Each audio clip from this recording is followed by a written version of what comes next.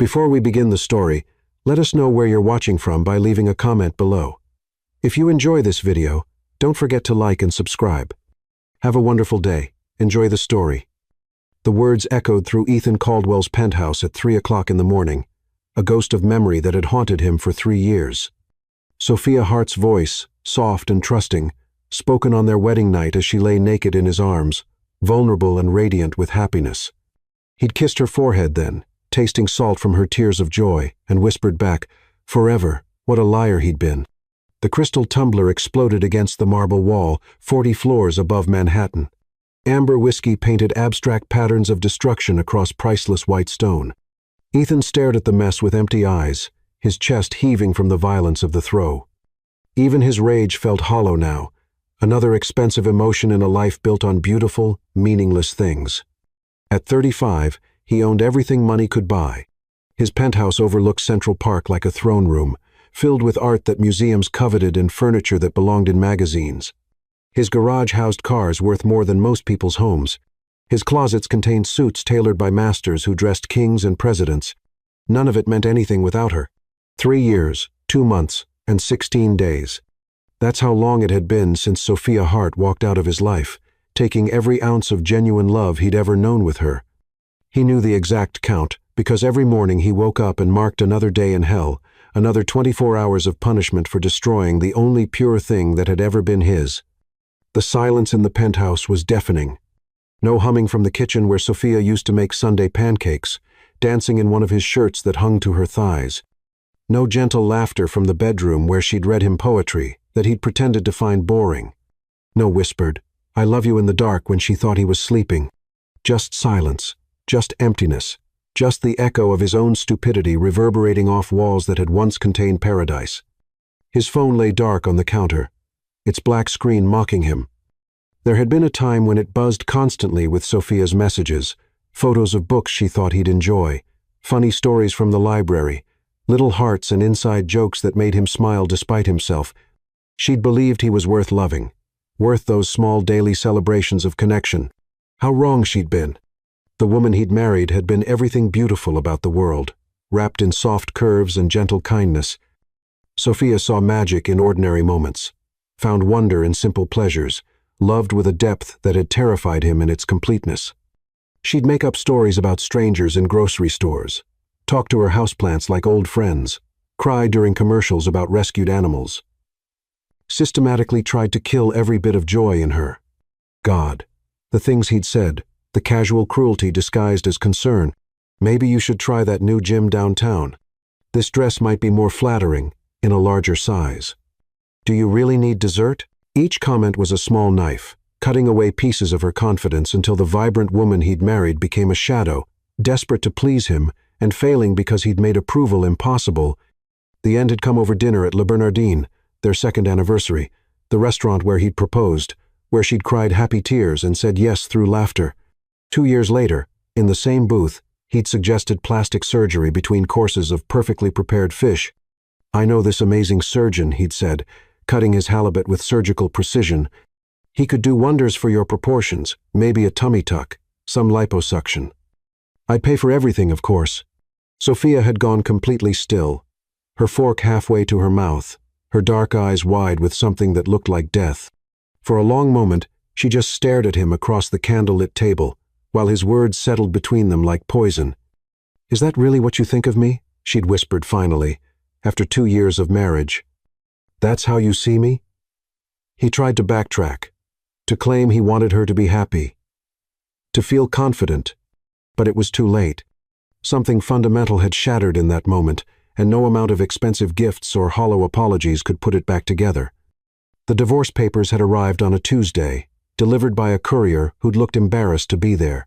Sophia hadn't asked for alimony, hadn't fought for half his assets, hadn't even wanted the jewelry he'd bought her. She'd simply wanted out, wanted to escape the prison of his expectations and find herself again. "I can't keep trying to be someone I'm not," she told him the last time they'd spoken, standing in the doorway of what had been their bedroom.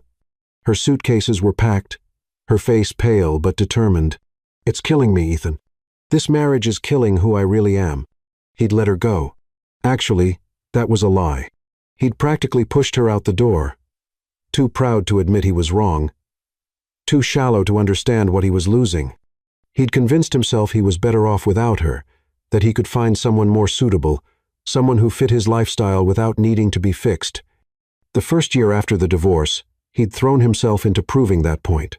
Models, socialites, actresses, women who looked perfect on his arm and left him feeling emptier than ever. They laughed at his jokes because of his bank account, complimented his intelligence because of his success, shared his bed because of his status.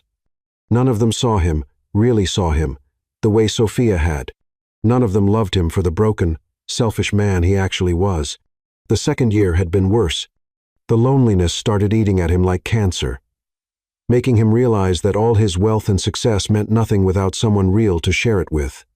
He'd started having dreams about Sophia, not just sexual fantasies, though those came too, but dreams where she was simply there, reading beside him on Sunday mornings, stealing bites of his dinner, falling asleep with her head on his chest while they watched terrible movies. In his dreams, he was still worthy of her love. The third year had brought a different kind of torture. Understanding. Clarity arrived like a slow poison, showing him exactly what he'd had and exactly what he'd thrown away.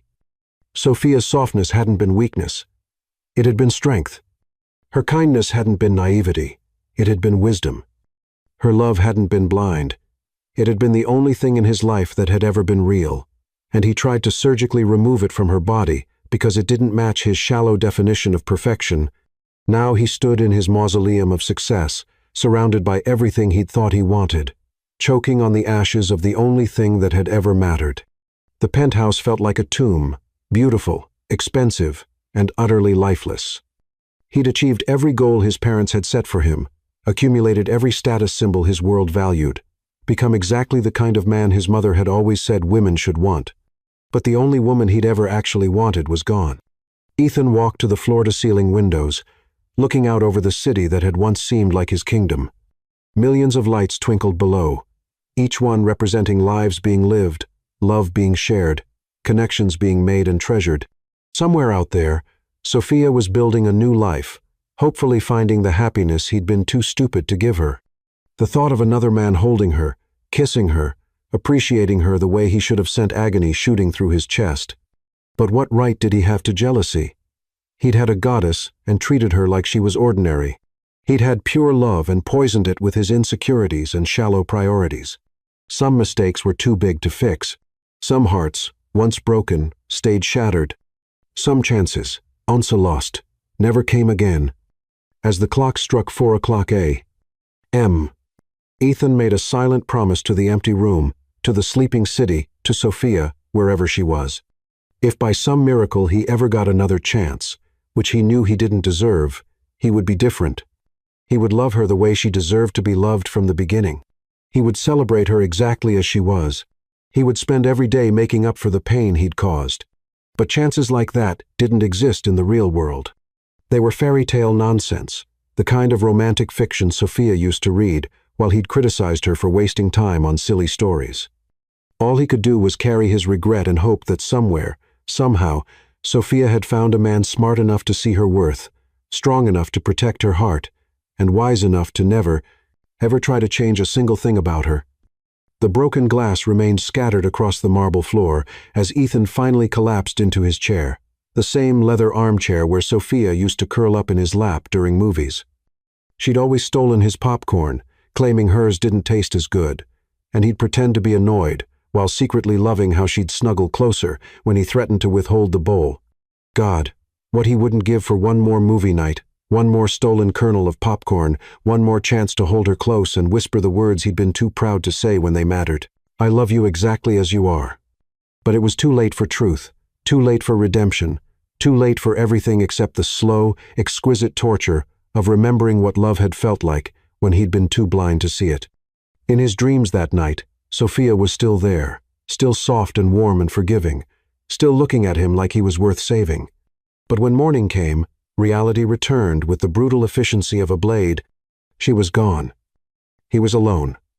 And somewhere in the city that had once been their playground, the only woman he'd ever truly loved was building a life that had no room for the man who'd broken her heart. The punishment fit the crime perfectly. Ethan Caldwell had everything money could buy, and absolutely nothing that mattered. Chapter 2. The Goddess Returns. The invitation to the Children's Literacy Foundation Gala had been sitting on Ethan's desk for weeks, forgotten among quarterly reports and investment proposals. He'd almost thrown it away. Charity events held no appeal anymore, just reminders of how hollow his social life had become. But his assistant had insisted, claiming it would be good for his public image, and Ethan found himself in his black Armani tuxedo on a crisp October evening. Walking into the Metropolitan Museum of Art's Grand Ballroom, the event was everything he'd grown to despise about high society. Artificial conversations, air kisses from women who barely knew his name, and champagne that cost more per bottle than most people's weekly salary. Crystal chandeliers cast dancing shadows across marble floors where New York's elite mingled, their laughter echoing off ancient artifacts. Ethan nursed a whiskey and watched from the sidelines, already planning his early escape. Ethan Caldwell, darling, where have you been hiding? Amelia Worthington materialized beside him in a cloud of expensive perfume and surgical enhancements. Her smile was as artificial as everything else about her, the kind of woman his mother had always pushed him toward. You simply must meet my niece. She just graduated from Yale, and she's absolutely divine. Ethan was formulating a polite excuse when the ballroom's chatter suddenly dimmed, as if someone had turned down the volume on the entire room. Heads turned toward the entrance. Conversations paused mid-sentence, and even the waitstaff stopped to stare. Following their collective gaze, Ethan looked toward the grand staircase and felt his world tilt completely off its axis. Sophia. But not the Sophia he remembered. This woman descending the marble steps was a vision of complete transformation that made Ethan's breath catch in his throat.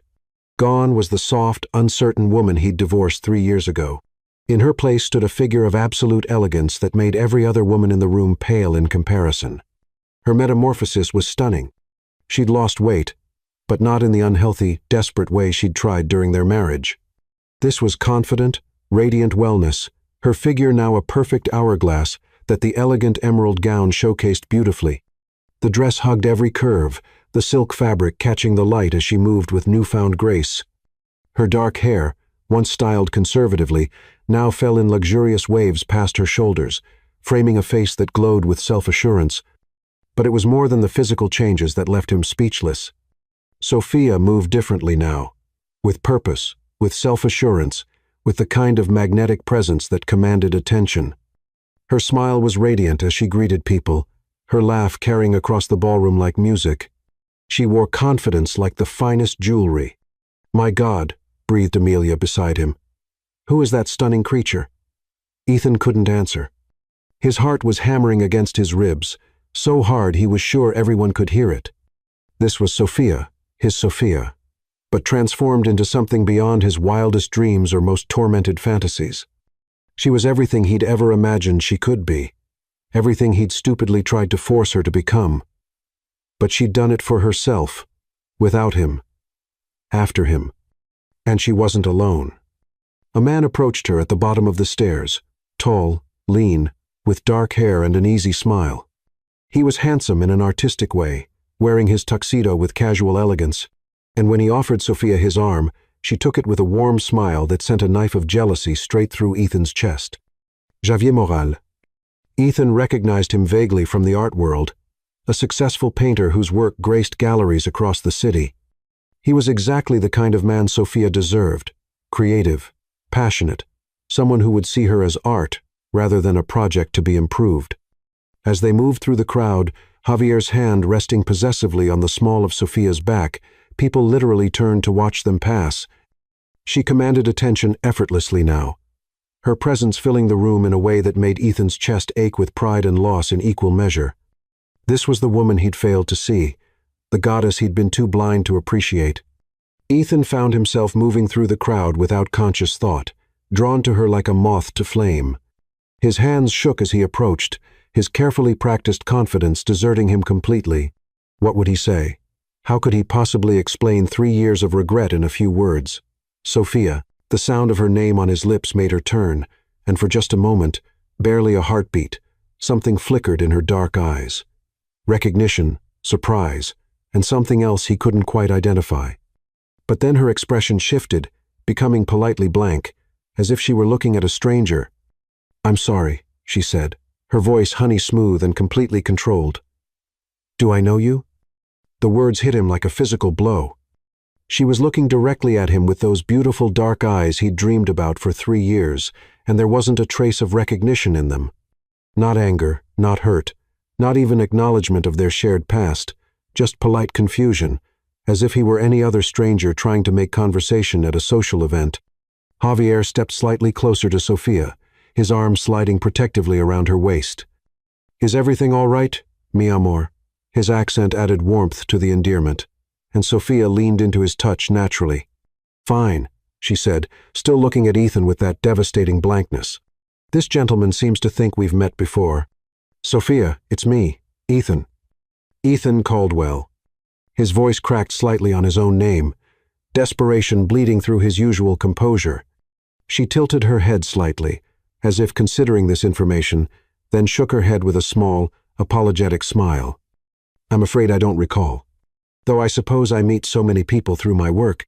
Her gaze moved past him dismissively. "If you'll excuse us, Javier and I were just heading to dinner."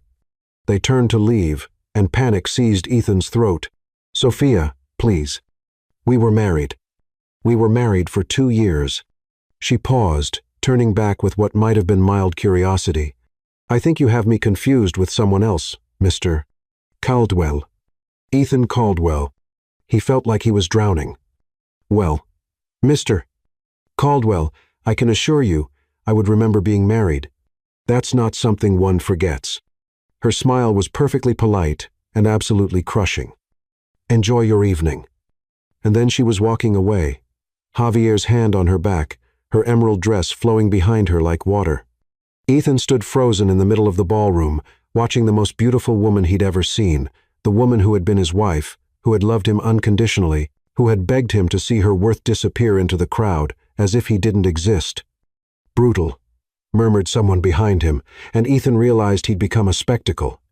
People were watching, whispering, probably already spreading gossip about his very public rejection, but he couldn't bring himself to care about his social standing or wounded pride.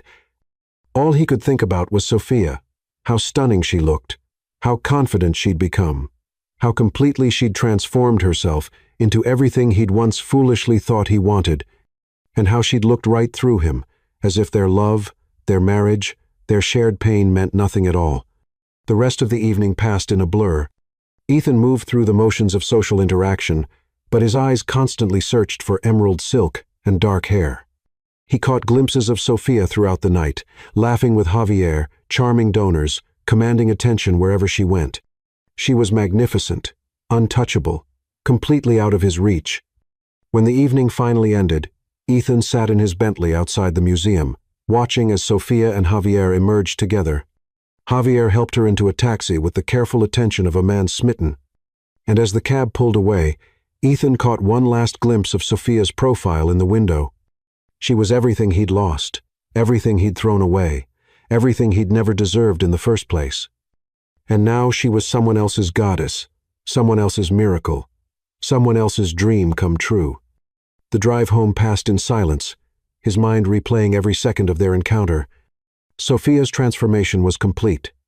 She'd become the woman he'd always wanted her to be, but she'd done it without him, after him, despite him, and she'd made it clear that as far as she was concerned, he no longer existed. Chapter 3. Fire and Ice. Sleep became a stranger to Ethan Caldwell. For 3 weeks after the gala, he lay awake every night, replaying those devastating moments when Sofia had looked through him like he was invisible. Her transformation haunted him, the way she'd moved with such confidence, how every eye in the room had followed her, the complete dismissal she'd given him. By day, he tried to function normally, attending board meetings and managing his investments, but his mind was consumed with one thought: he had to see her again. The private investigator's report arrived on a gray November morning, and Ethan's hands trembled as he opened the manila envelope. Sofia Hart now worked as a literacy coordinator at the Brooklyn Heights Community Center, having earned her master's degree in library science after their divorce. She lived alone in a brownstone apartment in Park Slope, spent her weekends at art galleries and poetry readings. And yes, she was dating Javier Morales, though they didn't live together. The knowledge that she was so close, just across the bridge, made his obsession worse. He found himself driving through Brooklyn at odd hours, hoping to catch a glimpse of her. He sent flowers to the library with unsigned cards, left expensive bottles of wine at her doorstep, even had her favorite coffee delivered to her workplace every morning. All of it went unacknowledged, as if his gestures were absorbed into a void. Then he discovered her schedule. Sophia left the community center every Tuesday and Thursday at exactly 5:30 p.m. to walking to her car, parked in the small lot behind the building. The information felt like a lifeline, and Ethan found himself waiting in the shadows of that parking lot on a cold Tuesday evening in late November, his heart pounding as he watched her emerge from the staff entrance. She was even more beautiful than he remembered from the gala. She wore a cream-colored wool coat that hugged her curves, her dark hair flowing loose around her shoulders, her face glowing with the kind of contentment he'd never seen during their marriage. She moved with purpose, keys in hand, her heels clicking against the asphalt. Sophia. She froze at the sound of her name, her hand reaching for her car door handle. Slowly, she turned, and when she saw him standing 10 feet away, her expression shifted from surprise to something much colder. "You've got to be kidding me," she said, her voice carrying an edge he'd never heard before. "Are you following me now? I just want to talk to you." Ethan stepped closer, and she immediately stepped back against her car. "Please, just 5 minutes. There's nothing to talk about." Sophia's grip tightened on her keys, her knuckles white. "I thought I made it clear at the gala that I don't know you. That was cruel, even for you." The words escaped before he could stop them, and Sophia's eyes flashed with something dangerous. "Cruel? You want to talk about cruel?" She laughed, but there was no humor in it.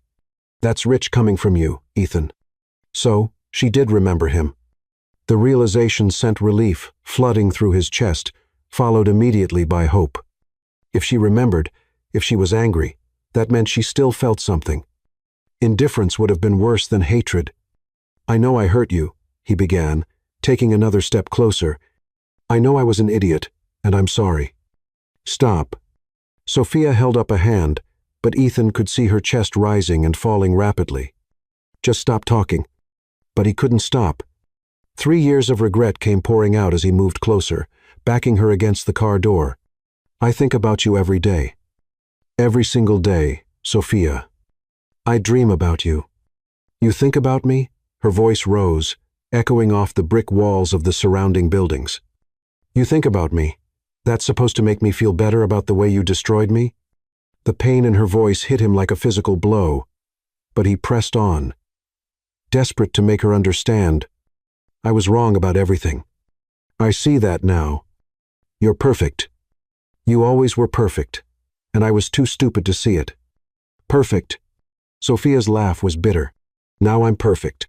After I spent 2 years trying to become what you wanted, now that I've done it for myself, suddenly I'm perfect." She was right against the car now, trapped between the cold metal and his body, and Ethan could smell her perfume, something new, sophisticated, intoxicating. He placed his hands on either side of her, palms flat against the car door, not quite touching her, but close enough to feel the heat radiating from her skin. "Sophia, please," he whispered, his face inches from hers. "Just let me explain." For a moment, the anger in her eyes flickered, replaced by something that looked almost like longing. Her breath caught, and Ethan felt the familiar electricity that had always existed between them. She was so beautiful, so close, and he remembered exactly how it felt to hold her, to kiss those soft lips, to feel her melt against him. "Explain what?" she whispered back, and her voice was breathier now, less controlled. "Explain how you made me feel like I wasn't good enough? Explain how you criticized everything about me until I stopped looking in mirrors?" "I was an ass," he said, leaning even closer. The space between them was charged with tension, and he could see her pulse racing at the base of her throat. "I was shallow and stupid, and I didn't deserve you. But I've changed, Sophia. I'm not the same man." "People don't change, Ethan." But her voice was weaker now, and her eyes had dropped to his mouth. "Not really." "Then why are you breathing so fast?" He moved his right hand from the car to her face, his thumb tracing her cheekbone. "Why is your heart racing?" Sophia's eyes fluttered closed at his touch, and for a moment she leaned into his palm. The gesture was so familiar, so achingly tender, that Ethan felt his own heart stop. This was his Sophia, the woman who used to curl up in his arms, who used to look at him like he hung the moon. But then her eyes snapped open, filled with fury, and something that looked like betrayal, not at him, but at herself, for responding to his touch. "Don't." She grabbed his wrist and pulled his hand away from her face. "Don't you dare think you can just walk back into my life and make me feel things again." "You do feel something," he said, pressing his advantage. "I can see it in your eyes. You're not as indifferent as you pretend to be." "Indifferent?" Sophia's laugh was sharp. "I was never indifferent to you, Ethan. That was the problem. You wanted me to be less than you, grateful for whatever attention you gave me. That's not true, is it?" She pushed against his chest, but he didn't move back. "You were embarrassed by me. You cringed every time I walked into a room at your precious social events. You made suggestions about gyms and diets and plastic surgeons because you couldn't stand the thought of people knowing you'd married someone who wasn't magazine perfect. Every word was true, and they cut deeper because of it." "I was wrong," he said desperately. "I was an idiot, but I've learned." "Have you?" Sophia's eyes blazed as she looked up at him. "Or are you just saying that because now I look the way you always wanted me to look? Now that I've transformed into your ideal woman, suddenly you want me back?"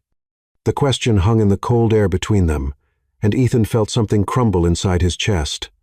Because wasn't that exactly what had happened? Hadn't he seen her at the gala, seen her transformation, and immediately wanted her back? How was that any different from what he'd done before? "It's not about how you look," he said. But even to his own ears, the protest sounded weak. "Isn't it?" Sophia smiled, but there was no warmth in it. "Tell me honestly, Ethan, if I still looked the way I did when we were married, would you be here right now? Would you be pressing me up against this car, telling me how perfect I am?" The silence stretched between them, and in that silence, Sophia found her answer. "That's what I thought." She pushed past him, moving toward the driver's side of her car. "Stay away from me, Ethan. I mean it. I'm not the same broken woman you divorced. I won't let you destroy me again." "Sophia, wait." But she was already in her car, the engine starting with a roar. Through the windshield, he could see tears streaming down her face, and the sight made his chest ache with regret and self-loathing. As she drove away, leaving him standing alone in the empty parking lot, Ethan realized the truth of what she'd said. He had wanted her back because of how she looked now, because she'd become everything he'd once tried to force her to be. But somewhere in the pain and longing of the last few minutes, something else had awakened. The way she'd felt in his arms, the way her breath had caught when he touched her face, the way she'd looked at him with such hurt and fury that wasn't about her appearance. That was about them, about the connection that had never really died.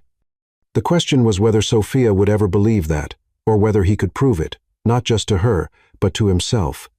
Chapter 4. Playing with Fire. Sophia Hart stared at her reflection in the bathroom mirror of her Brooklyn apartment, her hands gripping the marble countertop so tightly her knuckles had gone white. 3 days had passed since the parking lot encounter with Ethan, and she still couldn't shake the memory of how her body had betrayed her.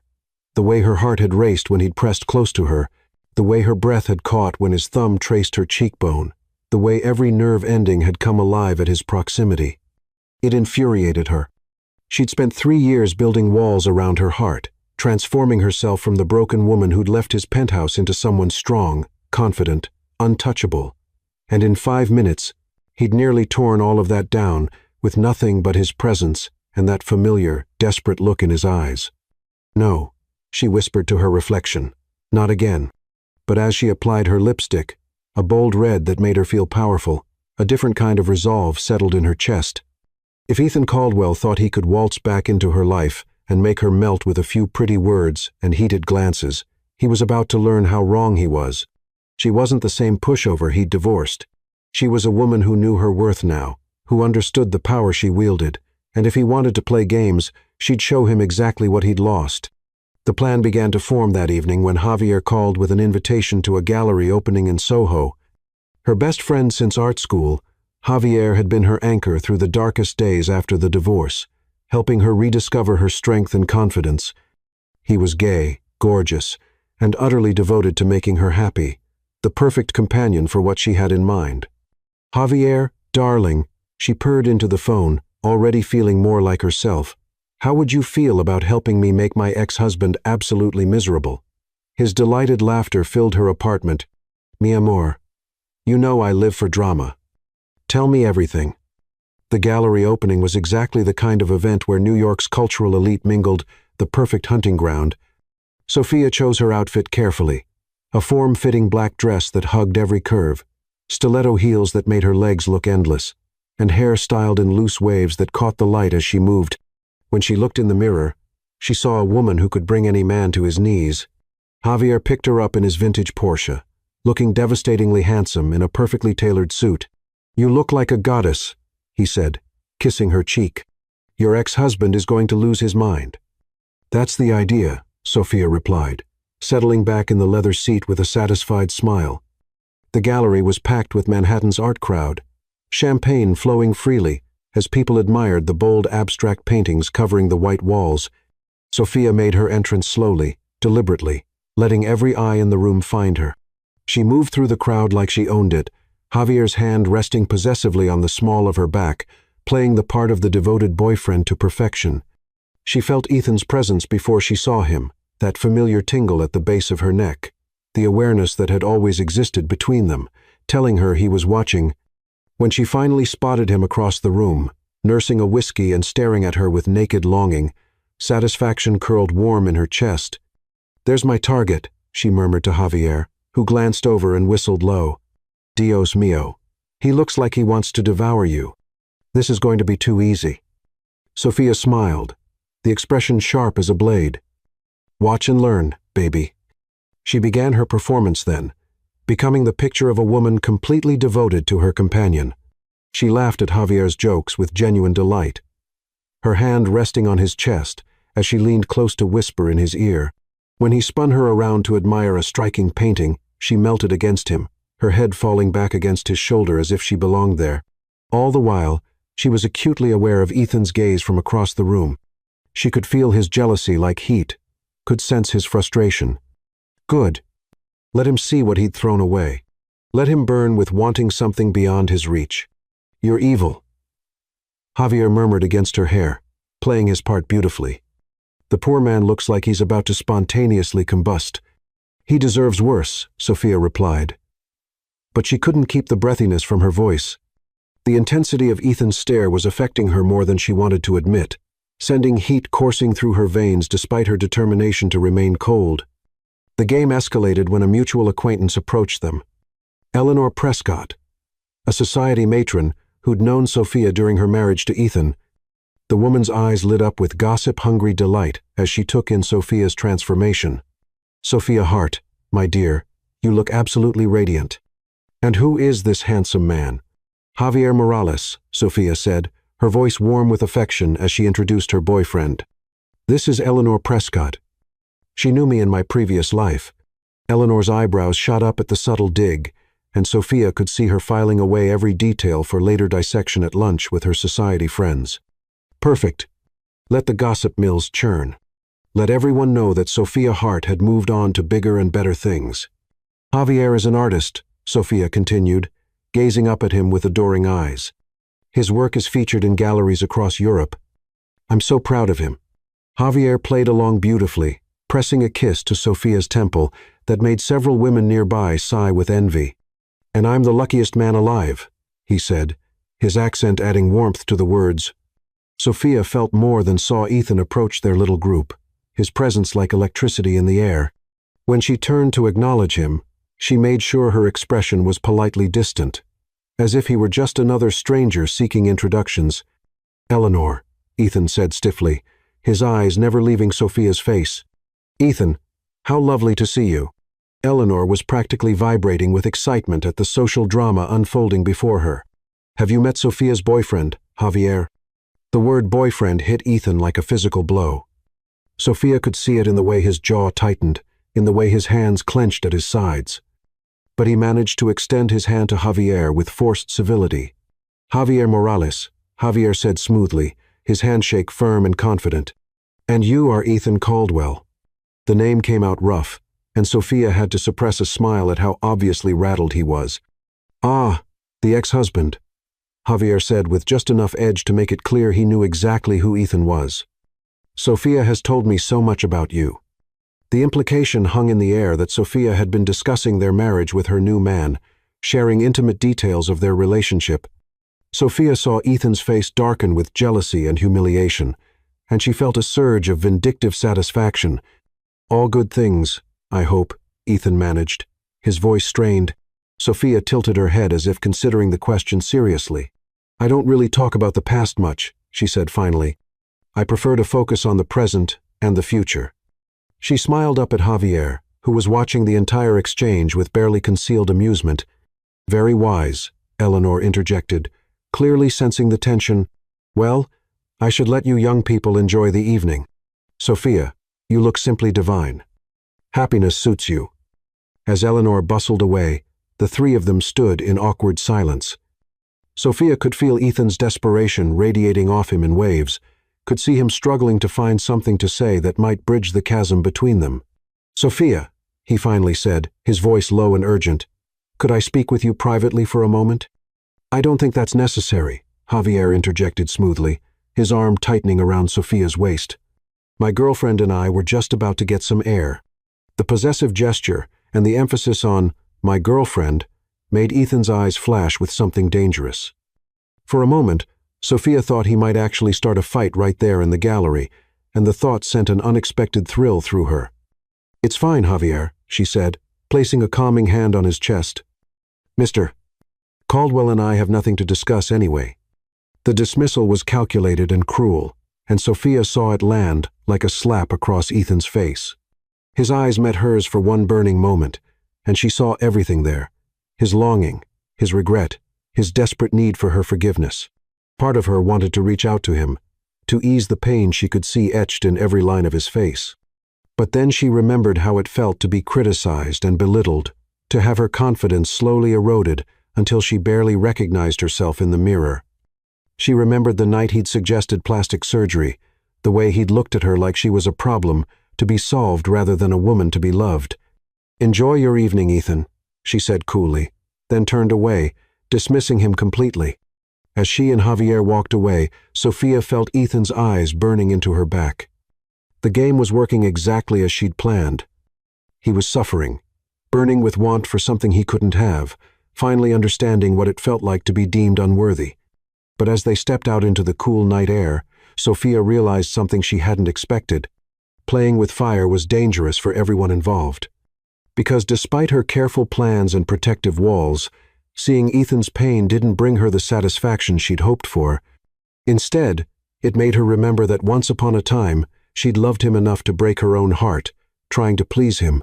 Chapter 5. The Heart Remembers. 2 weeks after the gallery opening, Ethan found himself doing something he hadn't done in years: volunteering.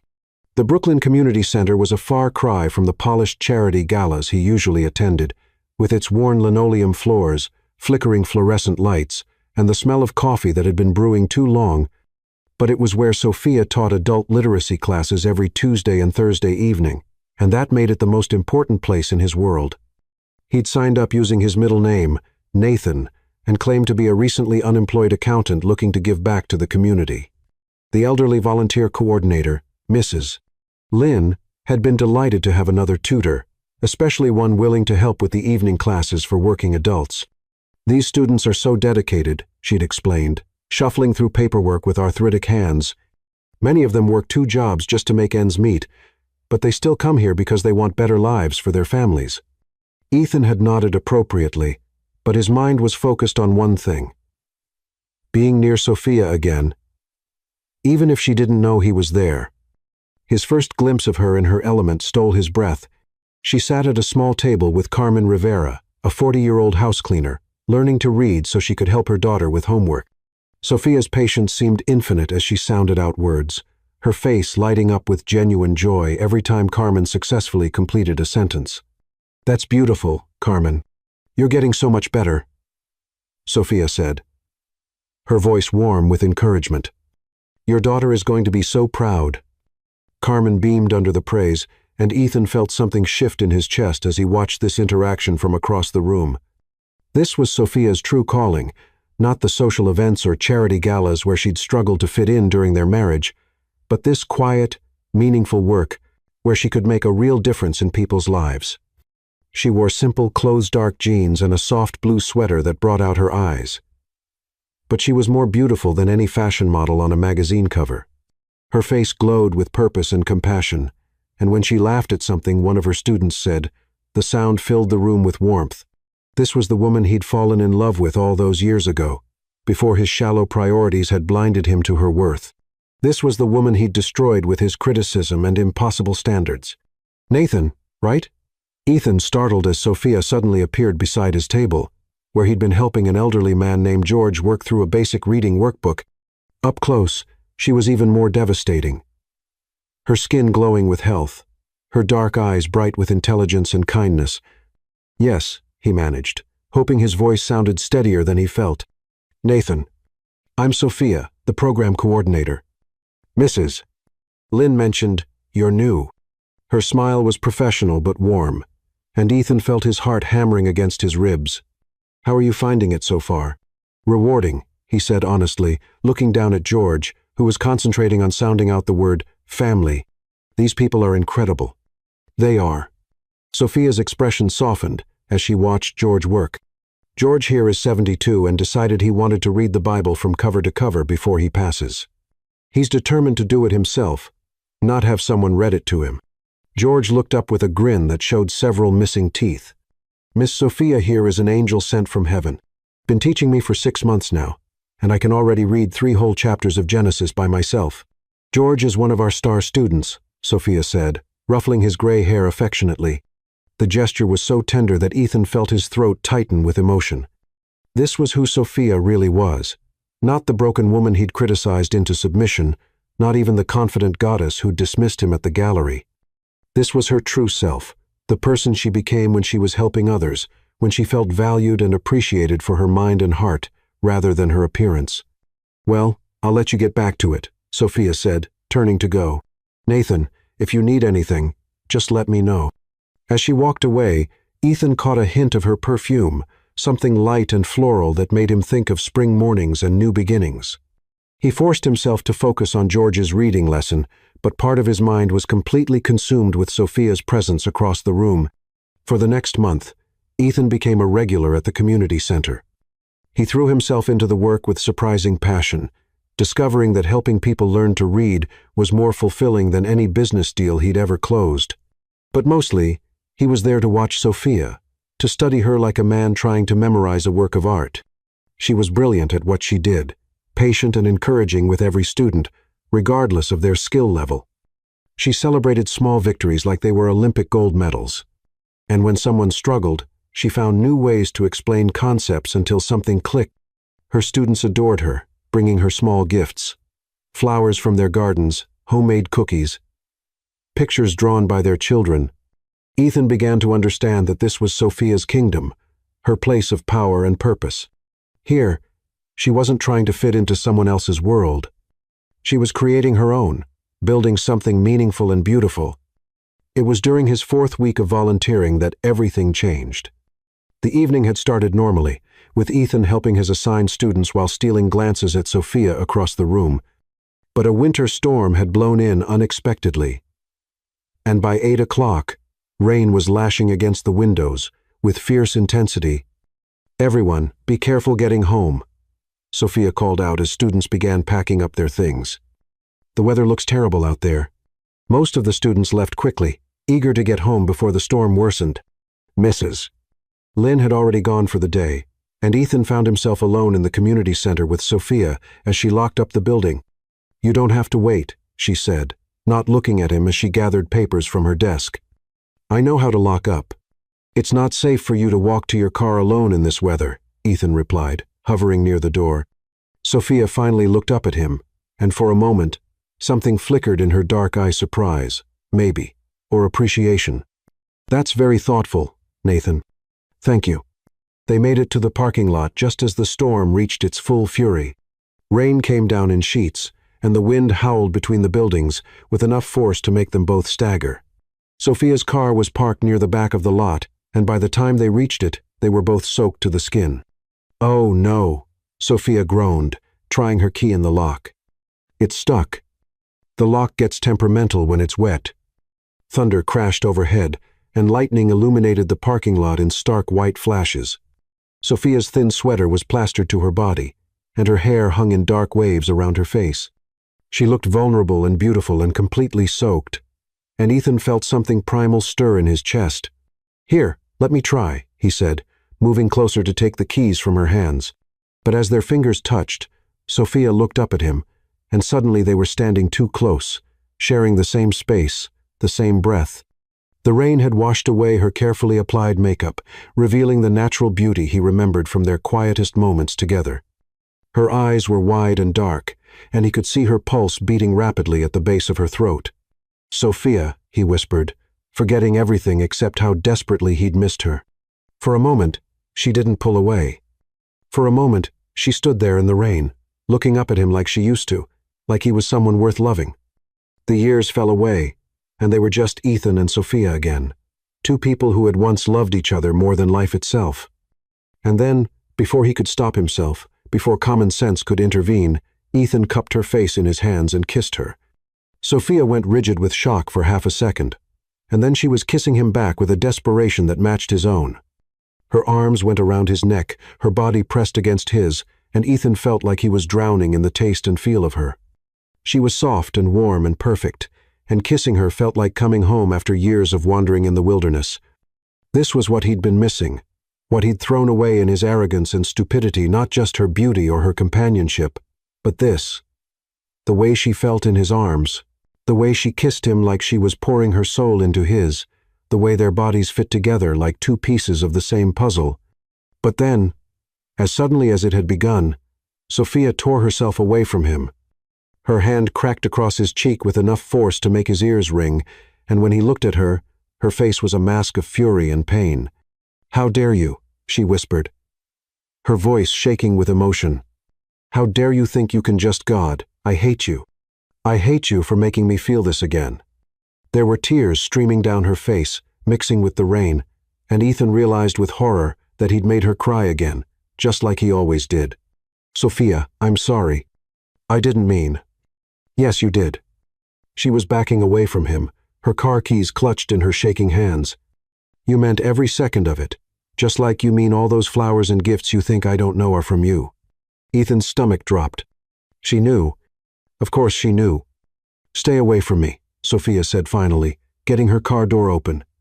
"I mean it, Ethan. Nathan, whoever you think you are now, stay away from me, or I'll get a restraining order." She slammed the car door and drove away into the storm, leaving Ethan standing alone in the empty parking lot with the taste of her kiss still on his lips and the sting of her slap burning on his cheek. But as he stood there in the rain, one thought echoed through his mind above all others. She had kissed him back. For those few precious seconds, Sophia had kissed him like she still loved him, and that gave him hope. Chapter 6. The Truth Unveiled. Sophia's hands shook as she poured herself a glass of wine. The events of the stormy night 3 days ago still burning through her mind like wildfire. She'd kissed him back. Despite everything he'd put her through, despite all her walls and defenses, she'd melted in Ethan's arms like she was still that naive woman who'd believed love could conquer all. The worst part wasn't the kiss itself. It was how right it had felt, how perfectly she'd fit against him, how her body had remembered every contour of his despite 3 years of trying to forget. She'd spent those years rebuilding herself, becoming stronger, more confident, untouchable, and in 30 seconds of rain and desperation, he'd nearly... She walked to her bedroom window, looking down at the street below, where couples strolled hand in hand in the evening light. Once, she and Ethan had walked these same streets, back when she'd believed their love could overcome anything, back when she'd thought his criticism came from caring, not cruelty. She remembered one particular evening when they'd walked through Brooklyn Heights, his arm around her waist, and she'd pointed out her favorite brownstone, with the climbing ivy and bright red door. "Someday," she'd said dreamily, "I want to live somewhere that feels like home." He'd barely glanced at the building, too busy checking his phone for stock prices. Her reflection stared back at her from the window. The woman she'd become was everything she'd dreamed of being during those dark months after their divorce. Strong, successful, beautiful. But looking at herself now, she felt a familiar ache in her chest, the same emptiness that had driven her to transform herself in the first place. Her phone buzzed with another text from Javier, her co-conspirator in the elaborate game they'd been playing with Ethan's emotions. But Sophia couldn't bring herself to read it. The game felt cruel now, petty in a way that made her stomach turn. Seeing the raw pain in Ethan's eyes after she'd slapped him had awakened something she'd thought was dead, her capacity for compassion where he was concerned. She moved to her dresser, opening the small jewelry box that held the only piece from her marriage she'd kept, not the expensive diamond earrings or the sapphire necklace he'd given her for their first anniversary, but a simple silver locket her grandmother had given her on her wedding day. Inside was a photo of her and Ethan from their honeymoon in Tuscany, both of them laughing at something he'd said, her eyes shining with pure happiness. Had that happiness been real? Or had she been so desperate for love that she'd imagined the connection between them? She traced the tiny photo with her fingertip, remembering that day. They'd gotten lost trying to find a restaurant Javier had recommended, and instead of being frustrated, Ethan had laughed and suggested they have a picnic with bread and wine from a local shop. For those few hours, he'd been the man she'd fallen in love with. Spontaneous, attentive, present. The doorbell rang, jolting her from her thoughts. Through the peephole, she saw a delivery man holding an enormous bouquet of white roses, her favorite flowers, though she'd never told Ethan that during their marriage, he'd always brought her red roses, assuming they were more romantic. The fact that he'd learned her preference now, after their divorce, felt like another small knife wound to her carefully guarded heart. She signed for the flowers mechanically, then read the card with trembling fingers. I remember everything now. The way you hummed while cooking breakfast, how you cried during sad movies even when you tried to hide it, that you preferred white roses because you said they looked like hope, the way you always saved the best bite of dessert for last, how you talked to plants like they were old friends, how you made grocery shopping an adventure by trying to guess other people's stories. I'm sorry it took me so long to really see you. The card fluttered to the floor as Sophia sank onto her couch, the bouquet forgotten in her lap. He did remember all those little details about her that she'd thought he'd never noticed, that she'd assumed were invisible to him during their marriage. The humming, she'd stopped doing that when he'd made an offhand comment about it being annoying. The way she'd nurture her small garden of houseplants, giving each one a name and personality, he'd called it childish once. Her habit of creating elaborate backstories for strangers in the grocery stores, he'd tried to share that joy with him once, and he'd looked at her like she was crazy. How long had he been watching her, studying her, learning the things he should have known when they were together? The thought both thrilled and terrified her. Did this mean he'd cared more than he'd shown? Or was this just another manipulation, another way to make her believe he'd changed? She picked up the card again, reading his words more carefully. There was something different about his handwriting, less rushed than she remembered, more thoughtful. Even his choice of words felt different, more vulnerable, less calculated. A soft knock at her door made her freeze. She knew it was him before she even looked, could feel his presence like electricity in the air. Through the peephole, she saw Ethan standing in her hallway, his hair still damp from the rain that had started falling again. His expensive suit wrinkled and somehow vulnerable looking. I know you're there, Sophia, he said quietly, his voice carrying through the heavy wooden door. Please, just let me explain about the volunteering. About everything. Go away, Ethan.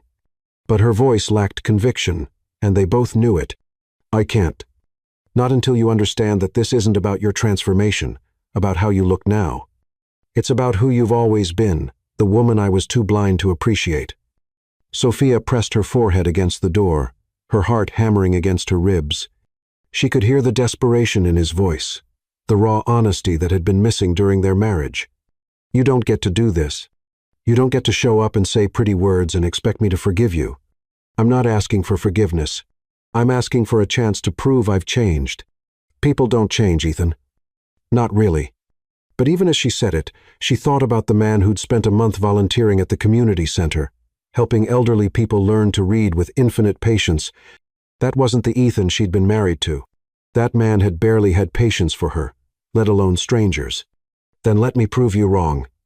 The simple words hung in the air between them, and Sophia felt her resolve cracking like ice in spring.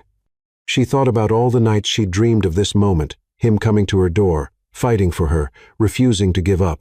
But in her dreams, she'd been strong enough to turn him away. Now, faced with the reality of his presence, she found her anger warring with something much more dangerous: hope. Against her better judgment, she unlocked the door and opened it just enough to see his face. He looked terribly exhausted, desperate. His usually perfect appearance disheveled in a way that made him seem more human somehow. There were dark circles under his eyes, and she could see he'd been running his hands through his hair, a nervous habit she remembered from their early dating days. Her breath caught at the sight of him. Even rumpled and obviously sleepless, he was still the most handsome man she'd ever known. The same strong jawline, the same brown eyes that had once looked at her like she was his entire world. But there was something different now, a vulnerability, an openness that hadn't been there before. 5 minutes, she said, stepping back to let him in. Then you leave. Ethan stepped into her apartment, his eyes taking in everything. The cozy furniture so different from the sterile perfection of his penthouse, the books everywhere, the photos of her with friends and family, the life she'd built without him. She watched him notice details he'd never cared about before: her collection of vintage teacups on a corner shelf, the reading nook by the window where she spent Sunday mornings, the easel in the corner where she'd started painting again. When his gaze landed on the white roses still clutched in her hands, something vulnerable flickered across his face. You kept them, he said softly. I haven't decided whether to throw them away yet. Sophia set the bouquet on her coffee table with more force than necessary, but she couldn't help breathing in their sweet fragrance. You said you wanted to explain. So explain. Why the fake name? Why the volunteering? Is this all just another game to you? No. Ethan moved closer, and Sophia caught that familiar scent of his cologne mixed with rain and something else. Uncertainty, fear, the smell of a man who'd been carrying the weight of regret for too long. It started as a way to be near you. I won't lie about that. But it became something more. Those people, what you do for them, it made me realize who you really are, who you've always been. And who is that? Sophia crossed her arms, trying to maintain some distance, even as every cell in her body was aware of his proximity. She could feel the heat radiating from him, could see the way his chest rose and fell with each breath. Someone who sees the best in people, someone who believes everyone deserves a chance to grow, to learn, to become better than they were. His voice dropped to a whisper. Someone who gave a shallow, selfish man 2 years of unconditional love, even when he didn't deserve it. Sophia felt tears pricking at her eyes and blinked them back furiously. Don't you dare try to rewrite our history, to make yourself feel better. I'm not rewriting anything. I'm finally seeing it clearly. Ethan took another step closer, and Sophia found herself backing against the wall, trapped by his intensity. I was cruel to you. I criticized everything about you because I was too insecure to admit that you were better than me in every way that mattered. Better than you? Sophia laughed bitterly. I spent 2 years trying to shrink myself to fit into your world. I stopped eating foods I loved, stopped seeing friends you thought were beneath us, stopped being myself, because I thought if I could just be perfect enough, you'd love me the way I loved you. I did love you. The words came out raw, desperate. I loved you so much it terrified me. You were real, in a way nobody else in my life had ever been. You didn't care about my money or my status. You just wanted me. And I didn't know how to handle that kind of genuine affection. So you tried to change me instead. Sophia's voice was barely above a whisper, but it carried the weight of years of pain. I tried to make you fit into my shallow world, because I was too much of a coward to admit that your world was better, that kindness mattered more than status, that helping people mattered more than impressing them. Ethan's hands came up to rest on the wall on either side of her head, not quite touching her, but close enough that she could feel the heat radiating from his body. I was an idiot. Sophia. A blind, selfish idiot who threw away the best thing that ever happened to him. Sophia stared up at him, searching his face for any sign of deception, any hint that this was just another manipulation. But all she saw was raw honesty, the kind of vulnerability she'd begged for during their marriage and never received. His eyes were bright with unshed tears, and she could see the pulse beating rapidly at his throat. "Why now?" she whispered, her resolve weakening with every word he spoke. "Why are you saying all this now?" "Because seeing you at that gala, seeing what you've become, it made me realize what I lost. Not just how you look, though you're the most beautiful woman I've ever seen, but watching you with your students, seeing how they light up when you walk into a room, understanding that you've built this amazing life helping people, it made me realize I had a goddess and treated her like she was ordinary. I was never ordinary." The words came out stronger than Sophia had intended, and she saw surprise flicker in Ethan's eyes. This was the woman she'd become, someone who knew her worth, who wouldn't accept less than she deserved. "No," he agreed, his voice rough with emotion. "You were extraordinary. You are extraordinary, and I was too stupid and too shallow to see it." They stared at each other in the charged silence of her apartment, years of hurt and longing crackling between them. Sophia could feel herself wavering, could feel the walls she'd built so carefully starting to crumble under the weight of his sincerity and the intensity of his presence. He was so close she could count his eyelashes, could see the gold flecks in his brown eyes that she'd once loved to stare into. "This doesn't change anything," she said, but her voice shook with uncertainty. "It changes everything," Ethan replied, leaning closer until his forehead almost touched hers. "Because now I know what I lost, and I know what I want to fight for." "And what's that?" "You. Us. A chance to love you the way you deserve to be loved from the beginning."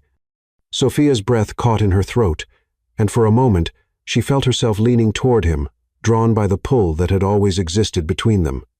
She could kiss him right now, could lose herself in the familiar comfort of his arms, could pretend that love was enough to heal all the wounds between them. But then reality crashed back in, and she ducked under his arm, putting distance between them before she did something she'd regret. Her apartment suddenly felt too small, too intimate, with him filling up all the space with his presence and his promises. "Time's up," she said, her voice steadier than she felt. "You need to leave." Ethan straightened slowly, his eyes never leaving her face. She could see the disappointment there, but also something that looked like determination. "This isn't over, Sophia." "Yes, it is." But even as she said it, Sophia knew she was lying to both of them. As he walked to the door, Ethan paused and looked back at her one more time. "I meant what I said about the roses. They do look like hope, and I'm not giving up on us." After he left, Sophia sank onto her couch and buried her face in the white roses, breathing in their sweet fragrance. Despite everything, despite all the pain and all the walls she'd built, Ethan Caldwell was still the only man who could make her heart race with just a look. And that terrified her more than anything else, because for the first time since their divorce, she was starting to believe that maybe, just maybe, he really had changed. And if he had changed, if this vulnerability and devotion were real, then what did that mean for the life she'd so carefully constructed without him? The roses seemed to whisper promises of possibility, of second chances and new beginnings. But Sophia had learned the hard way that some promises were too dangerous to believe. Still, as she sat there surrounded by the sweet scent of hope, she couldn't quite bring herself to throw them away. Chapter 7. The facade crumbles. Javier Morales sat across from Sophia in their favorite coffee shop in the village, stirring his latte with deliberate precision while studying her face with the keen eye of an artist who'd learned to read people's emotions like brushstrokes on canvas. They'd been friends since art school, and he could see through her carefully constructed composure better than anyone. The cafe was nearly empty at this hour, just after 2 o'clock in the afternoon on a Wednesday, when most people were locked away in offices. Sophia had insisted on meeting during the day, claiming she couldn't handle another evening of Javier's probing questions about her emotional state. But sitting here now, watching her fidget with her coffee cup and avoid his gaze, he knew she was falling apart. "Mi amor, you look like hell," he said bluntly, his Spanish accent making the observation somehow more gentle than it would have been in plain English. "And don't try to tell me it's just work stress, because I know that look. That's the look of a woman whose heart is at war with her head." Sophia wrapped her hands around her coffee cup, seeking warmth that had nothing to do with the December chill outside. 2 weeks had passed since Ethan's late-night visit to her apartment, 2 weeks since he'd looked at her with such raw honesty and made her question everything she thought she knew about their relationship. She'd replayed that conversation 100 times, analyzing every word, every gesture, every moment when she'd felt her resolve wavering. "I'm fine, Javier," just tired.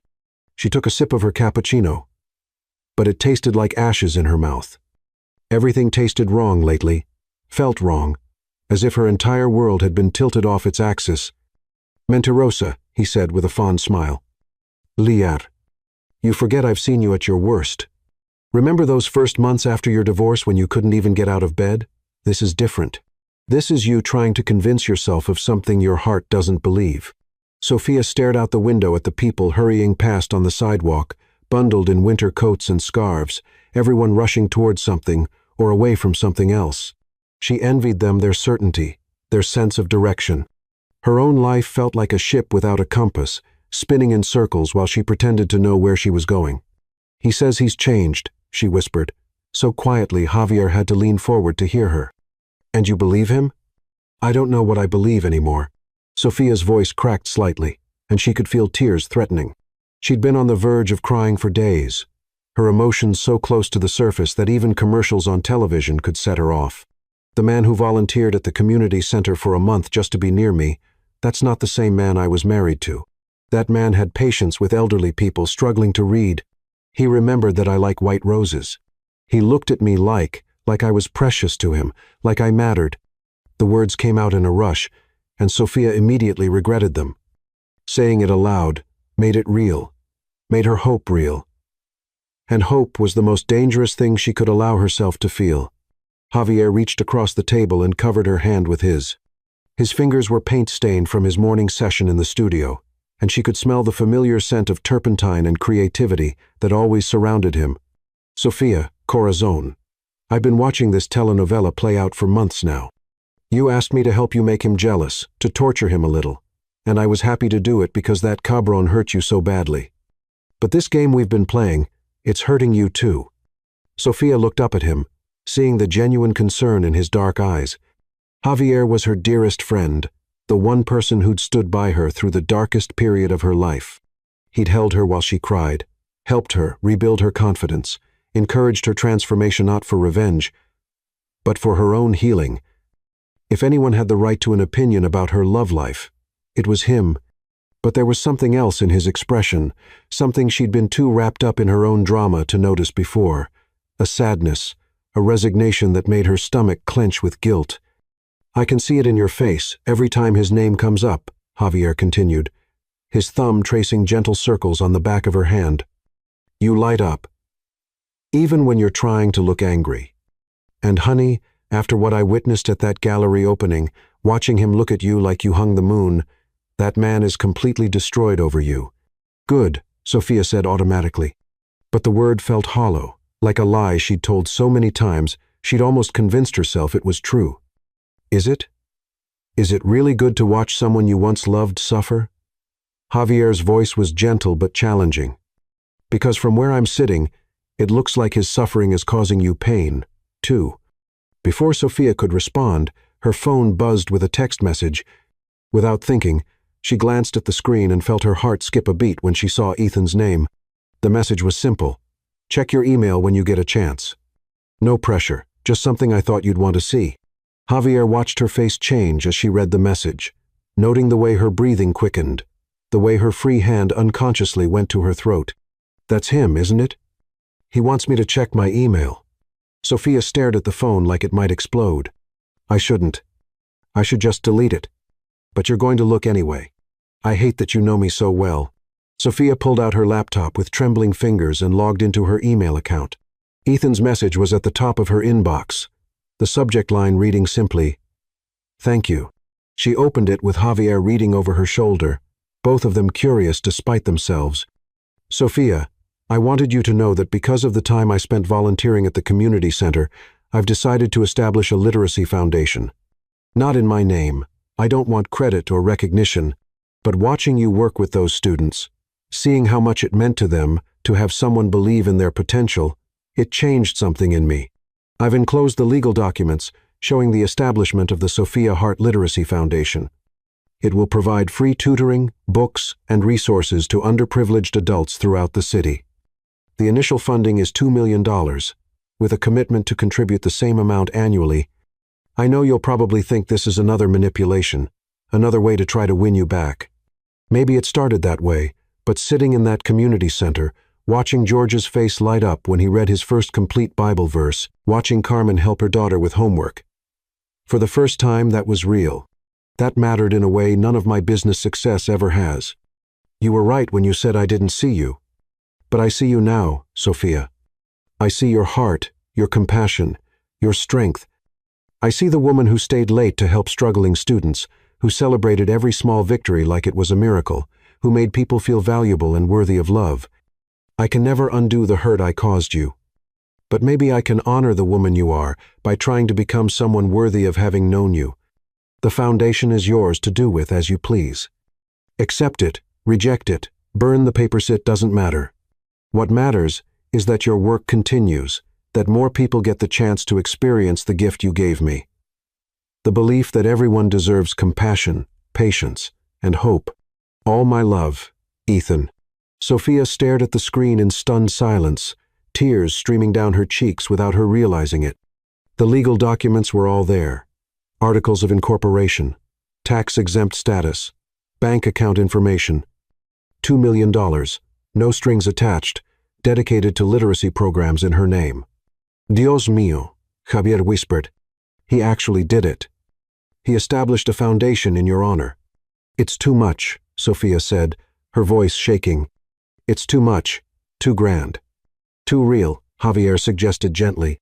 Corazon, this isn't about winning you back with money. This is about a man who saw what you do, what you care about, and decided to dedicate his resources to making it bigger than you could do alone. Sophia closed the laptop with trembling hands, her mind reeling. $2 million, not spent on jewelry or expensive gifts designed to dazzle her, but invested in the work she cared about most. It was the kind of gesture that spoke to someone who truly understood her heart. I don't know how to process this, she admitted. Then don't. Not yet. Javier signaled the waitress for another round of coffee, giving Sophia time to collect herself. But can I ask you something? And I want you to be honest with me, and with yourself. Sophia nodded, not trusting her voice. Do you still love him? The question hung in the air between them like a challenge. Sophia opened her mouth to deny it, to claim that what she felt was just residual emotion, confusion, the pull of shared history. But sitting there in their favorite coffee shop with her dearest friend, she couldn't lie anymore. Yes, she whispered. God help me, yes. I never stopped loving him. Even when I hated him, even when I was trying to make him suffer, part of me was hoping he'd fight for me, prove that I was worth the effort. And hasn't he? This foundation, the volunteering, the way he looks at you, isn't this him fighting for you? Sophia thought about Ethan's face during their last confrontation, the raw honesty in his voice when he'd admitted his mistakes. She thought about him spending a month helping elderly people learn to read, not for recognition or tax benefits, but because it was work that mattered to her. She thought about the white roses, the small gesture that showed he'd finally learned to see her clearly. I'm scared, she admitted. I'm terrified that if I let him back in, he'll hurt me again. That this is all just an elaborate performance. And once he has me, he'll go back to being the man who criticized everything about me. Javier was quiet for a long moment, considering his words carefully. Can I tell you something? Something I've been thinking about for weeks? Sophia nodded, sensing the shift in his tone. That night at the gallery opening, when we were playing our little charade, I had a conversation with your ex-husband afterwards. Sophia's head snapped up. What? You never told me that? Because I wasn't sure it would help, but maybe I should have mentioned it sooner. Javier's smile was rueful. He approached me later that evening, asked me point blank about our relationship. I could see he was barely holding it together. This powerful man reduced to desperate jealousy over a woman who wouldn't even acknowledge him. What did you tell him? The truth. That I'm gay, that we're best friends, that I was helping you make him jealous? Javier shrugged at Sophia's shocked expression. What? I'm a terrible liar when it comes to matters of the heart. Besides, I felt sorry for the poor bastard. Sophia stared at him in disbelief. You told him our whole plan was fake? I told him I was gay, and that you were using me to make him jealous. He figured out the rest himself. Javier reached for her hands, his expression serious. Sophia, I've never seen a man look more relieved in my entire life. Not because the competition was gone, but because it meant you still cared enough to play games with his emotions. He's known this whole time, for weeks now, and yet he hasn't used that information to corner you or call you out on the deception. He's just been waiting, giving you space to figure out what you really want. Javier paused, studying her face with the intensity he usually reserved for his paintings. You know what I think? I think he's been waiting for you to stop punishing him and start punishing yourself. What do you mean? I mean, you've been so focused on making him suffer that you haven't noticed you're suffering too. You've been denying yourself the thing you want, this love, because you're afraid of being vulnerable again. Sophia felt something crack open in her chest, a pain so sharp it took her breath away. What if I'm not strong enough to survive losing him again? What if you're not strong enough to survive not taking this chance? Javier countered. You've spent 3 years building walls around your heart, becoming this goddess of a woman who can bring any man to his knees. But what's the point of all that strength if you never use it to reach for what you really want? They sat in silence for several minutes, Sophia's mind racing as she processed everything Javier had said. Around them, the coffee shop continued its afternoon rhythm.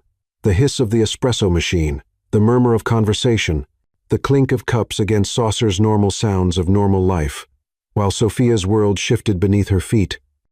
That's possible, Javier said honestly, when she finally voiced her fears about Ethan hurting her again. People can lie, can pretend to change. But Sophia, in all the years I've known you, I've never seen anyone look at you the way that man does. Not even when you were married to him. He looks at you now like you're a miracle. He can't quite believe is real. Sophia stared at her reflection in the coffee shop window, seeing the woman she'd become. Confident, successful, beautiful. But underneath all of that, she was still the woman who'd loved Ethan Caldwell with her whole heart, who'd believed in the possibility of forever until he'd crushed that belief with his shallow expectations. I don't know if I can trust him, she said finally. Then don't trust him, Javier replied. Trust yourself. Trust the woman you've become, the strength you've built. You're not the same person who let him walk all over you. You're not going to disappear into his world again because now you know your own worth. As they sat in comfortable silence, Sophia's phone buzzed again. This time, it was a text from her sister Layla. Girl, you need to see the news. Check channel set. Curious, Sophia pulled up the news app on her phone and found the story immediately. The headline read, Tech Millionaire Establishes Anonymous Literacy Foundation. The article detailed how Ethan Caldwell had quietly donated $2 million to establish a foundation dedicated to adult literacy programs, but had specifically requested that his name not be associated with the organization publicly. He's not taking credit, Sophia whispered, showing Javier the article. He could have used this for publicity, for tax benefits, for making himself look good, but he's staying anonymous. Javier smiled softly. Because it's not about him, mi amor. It's about you, about honoring what you do without trying to overshadow it. Sophia felt something shift inside her chest, a loosening of the tight knot of anger and fear she'd been carrying for so long. Maybe Javier was right. Maybe it was time to stop punishing herself for wanting something she'd never stopped loving. There's something else, Javier said gently. Something I should have told you weeks ago. What? The night he found out about us, about the fake relationship, he didn't get angry. He didn't demand to know why you were playing games or accuse you of being cruel. Javier's voice was soft with something that sounded almost like admiration. He just asked me to take care of you, to make sure you were happy, even if it wasn't with him. Sophia's breath caught in her throat. He said that? He said you deserve to be loved by someone who sees your worth. If that can't be me, then I'm glad it's someone who clearly adores you. Javier shook his head. That's not the same man who hurt you, Sophia. That's a man who's learned to put your happiness above his own. For the first time in months, Sophia felt the walls around her heart begin to crack, not from pain this time, but from hope. Maybe, just maybe, Ethan Caldwell really had changed. Maybe the man she'd glimpsed in that community center, patient and kind and genuinely moved by other people's struggles, was who he'd become. The question was, did she have the courage to find out? As she looked across the table at Javier, her dearest friend who'd held her together through the worst period of her life, she realized that maybe it was time to find out if he could hold her together through the scariest leap of faith she'd ever considered taking. Chapter 8. Walls Come Down. The call came at 3 o'clock in the morning, jarring Sophia from restless sleep filled with dreams of white roses and familiar brown eyes. Her sister Layla's voice was tight with panic, cutting through the fog of sleep like a knife. "Soph, you need to get to Brooklyn Methodist Hospital right now. It's Grandma Lily." Sophia's blood turned to ice. "What happened?" "Stroke. Mrs. Thompson found her collapsed in her apartment this evening. The paramedics think it happened sometime around dinner, but she was alone for hours before anyone found her." Lila's voice cracked. "Soph, it's bad. Really bad." Within 20 minutes, Sophia was speeding through the empty streets of Brooklyn in her Honda, her hands gripping the steering wheel so tightly her knuckles had gone white. Lily Hart had been more than a grandmother to her. She'd been a refuge during the darkest days of her childhood. The woman who taught her that love was patient and kind, that true beauty came from within. The thought of losing her now, when Sophia's own life was in such turmoil, felt unbearable. Brooklyn Methodist Hospital at 3:30 in the morning was a study in fluorescent-lit desperation. Sophia found Layla in the ICU waiting room, pacing like a caged animal, her usually perfect makeup streaked with tears. "How is she?" Sophia demanded, pulling her sister into a fierce hug. "Unconscious. They don't know if she's going to wake up." Layla's voice was muffled against Sophia's shoulder. "The doctor said something about brain swelling, about waiting to see how much damage was done. I don't understand half of what they're telling me." Sophia felt her world tilt sideways. Grandma Lily had been her anchor through every storm. Her parents' messy divorce, her struggles in school, the devastating end of her marriage to Ethan. The idea of a world without Lily's gentle wisdom and unconditional love was unthinkable. "Can we see her?" "For a few minutes every hour. She looks so small, Soph, so fragile." They sat together in the uncomfortable plastic chairs, holding hands like they had as children, waiting for dawn and better news that might not come. Sophia tried to pray, but the words felt inadequate. Her grandmother had always been the strong one, the constant in their chaotic family. How could someone so vital, so full of life, be reduced to machines and monitors?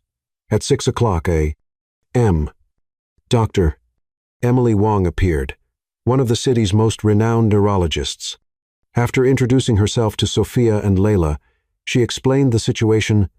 "I've been contacted about Mrs. Hart's case," Dr. Wong said gently. "A mutual acquaintance expressed concern about ensuring she receives the best possible care. I'd like to discuss transferring her to Mount Sinai, where we have more advanced equipment for stroke rehabilitation." "Transfer to Mount Sinai?" Layla looked confused. "But the expense has been covered. Mr. Caldwell insisted on handling all medical costs." Dr. Wong's expression was professional, but kind. Sometimes people want to help when they can make a real difference. Sophia felt something cold settle in her stomach. Anonymous benefactor, someone who heard about your grandmother's case through the hospital network and wanted to help. It happens more often than you'd think. People who want to give back but prefer to do so quietly.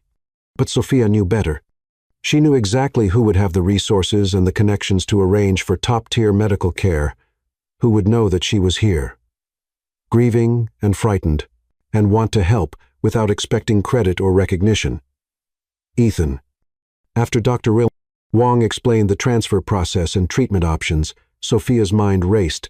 How had he known? How had he found out about her grandmother's stroke so quickly?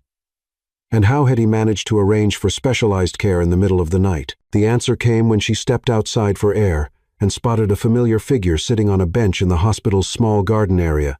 Ethan looked like he hadn't slept, his usually perfect hair disheveled, his expensive suit wrinkled. He was just sitting there in the pre-dawn darkness, as if he were keeping vigil. "You," Sophia said, her voice carrying across the empty garden. Ethan looked up, and she saw exhaustion and concern etched in every line of his face. "How is she? Don't pretend you don't know. Don't pretend you haven't been pulling strings and making calls all night." Sophia walked toward him, her anger warring with something else, something that felt dangerously like gratitude. "Dr. Wong, Mount Sinai, the anonymous benefactor, that's all you, isn't it?" Ethan stood slowly, and Sophia could see he was choosing his words carefully. "Your grandmother is important to you. That makes her important to me. How did you even know she was here?" I have a contact at the hospital.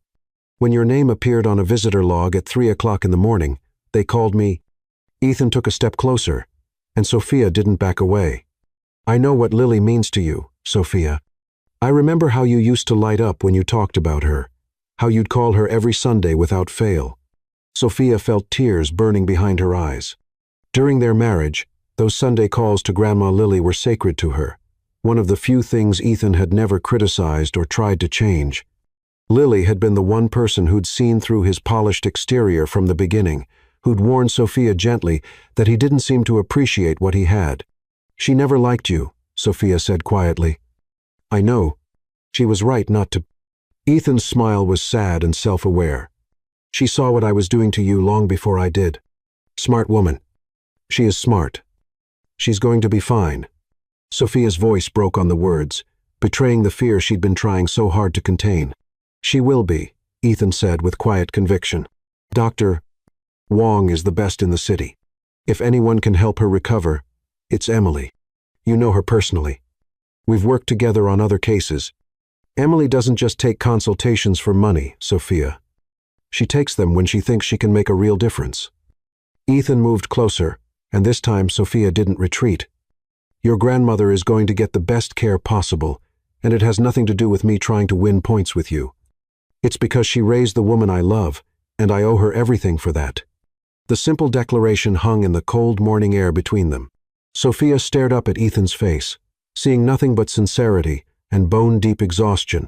He'd been here all night, she realized, sitting in this garden, making calls, arranging care for a woman who'd never shown him anything but polite disapproval, simply because she mattered to Sophia. "Why?" she whispered. "Why are you doing this?" "Because 3 years ago, I lost the most important thing in my life through my own stupidity and cruelty. I can't change that, but I can make sure that you don't lose the most important person in yours if there's anything I can do to prevent it." The tears came then, hot and fast and unstoppable. All the fear and exhaustion and grief she'd been holding back since Layla's call crashed over her like a wave, and Sophia found herself sobbing in the hospital garden as the sun began to rise over Brooklyn. Without hesitation, Ethan pulled her into his arms, and for the first time in 3 years, Sophia didn't resist. She buried her face against his chest and cried for her grandmother, for her broken marriage, for all the years of hurt and longing and stubborn pride. His arms were strong and warm around her, his hands stroking her hair with the gentle patience she remembered from their best moments together. "She's all I have left," Sophia sobbed against his shirt. "My parents are gone. You're gone. And if I lose her too—" "You won't lose her," Ethan said fiercely, his voice rough with emotion. "And you haven't lost me, Sophia. I'm right here. I'm not going anywhere." Sophia pulled back enough to look at him, seeing her own tears reflected in his brown eyes.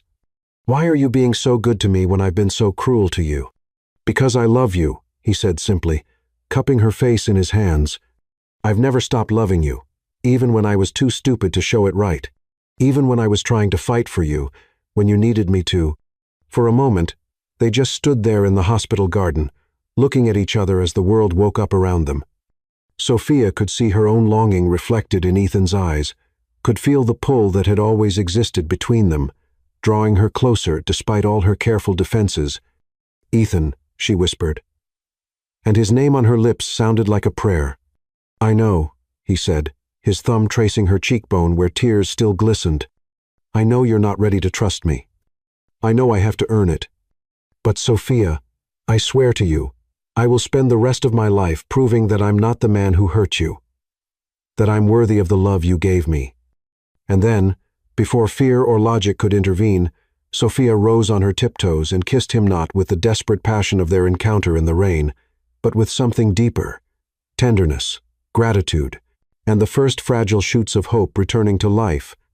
This time, when Javier appeared at the hospital an hour later to offer support, Sophia didn't pull away from Ethan's arms. For the first time since their divorce, she let herself lean on someone else's strength, let herself believe that maybe, just maybe, some things were worth risking her heart for again. Lily Hart opened her eyes that afternoon, groggy but alert, and the first thing she said was, "Sophia, honey, who's that handsome man holding your hand like he never wants to let go?" Sophia looked at Ethan, saw the love and determination in his eyes. and for the first time in years, she smiled with her whole heart. Chapter 9. The Ultimate Test. Sophia Hart stared at her reflection in Javier's full-length mirror, her heart still racing from the conversation they'd just had. 3 weeks had passed since Lily Hart's stroke, 3 weeks since Sophia had let herself fall into Ethan's arms and remember what it felt like to be held by someone who truly loved her. Her grandmother was recovering beautifully at Mount Sinai, her speech therapy progressing faster than anyone had dared hope, and every day brought new evidence of the extraordinary care that Ethan had arranged so quietly, so selflessly. But Sophia found herself more confused than ever.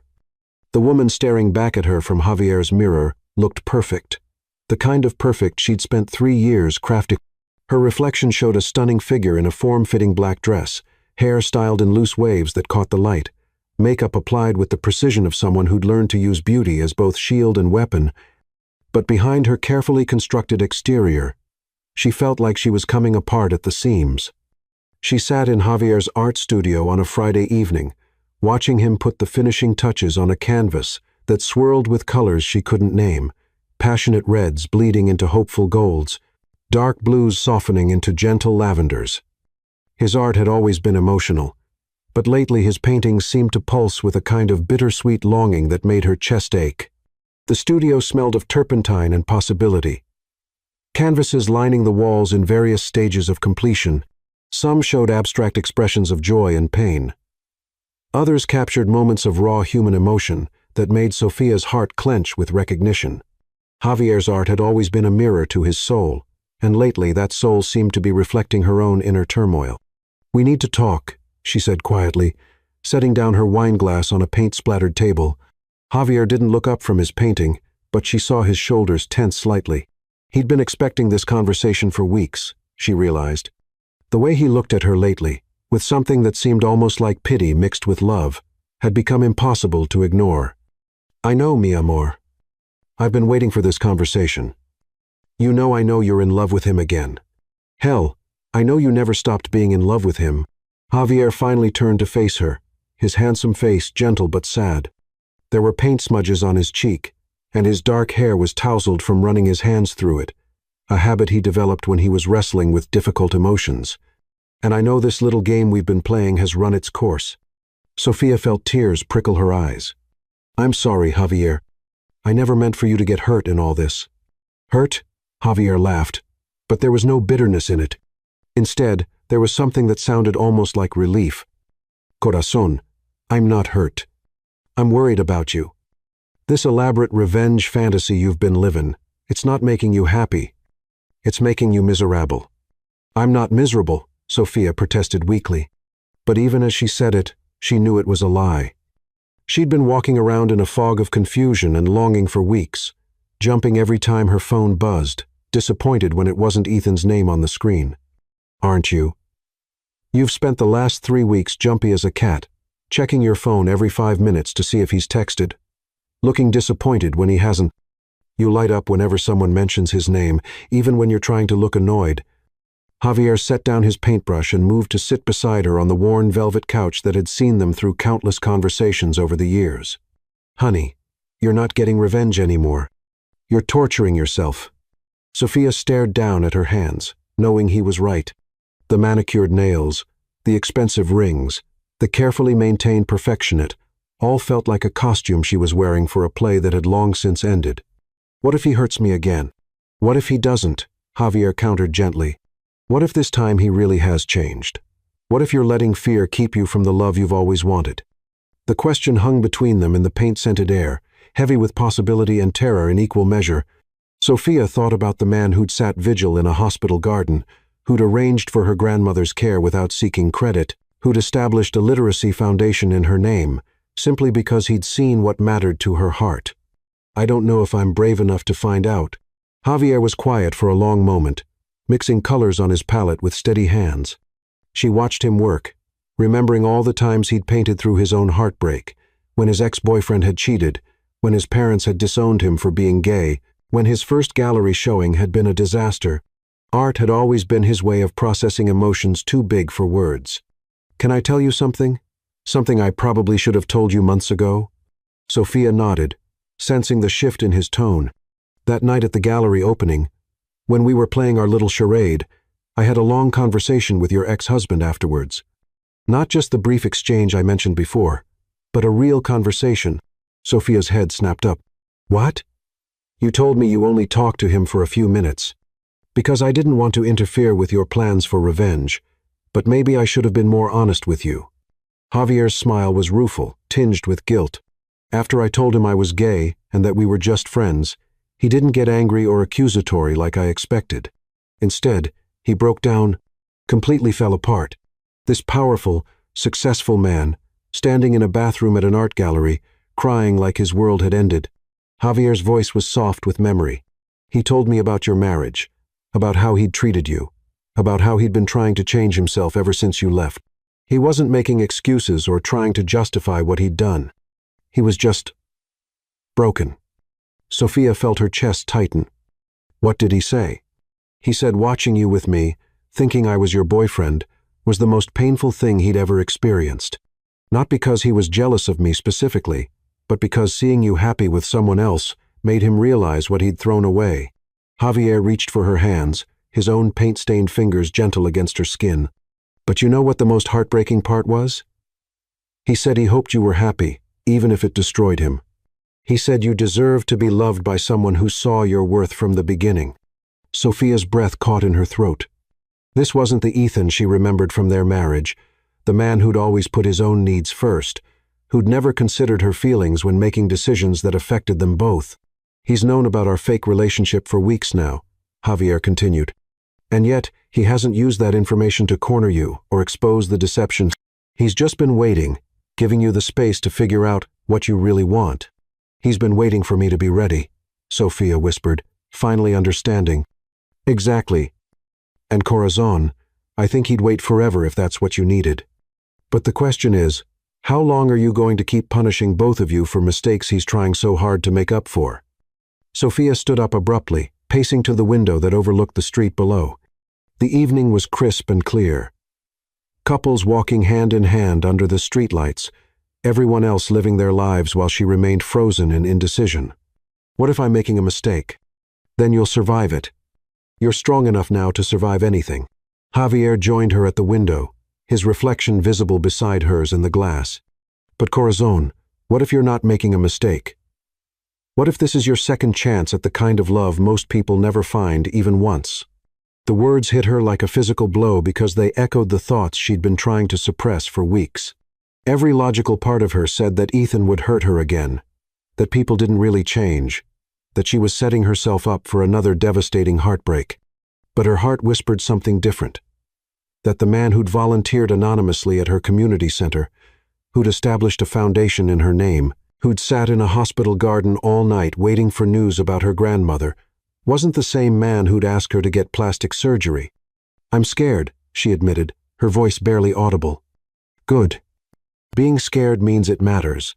Being scared means it's real. That night, Sophia sat in her apartment, staring at her phone. Ethan's contact information glowing on the screen. She typed and deleted a dozen messages, none of them capturing what she wanted to say. How did you tell someone that you might be ready to trust them again?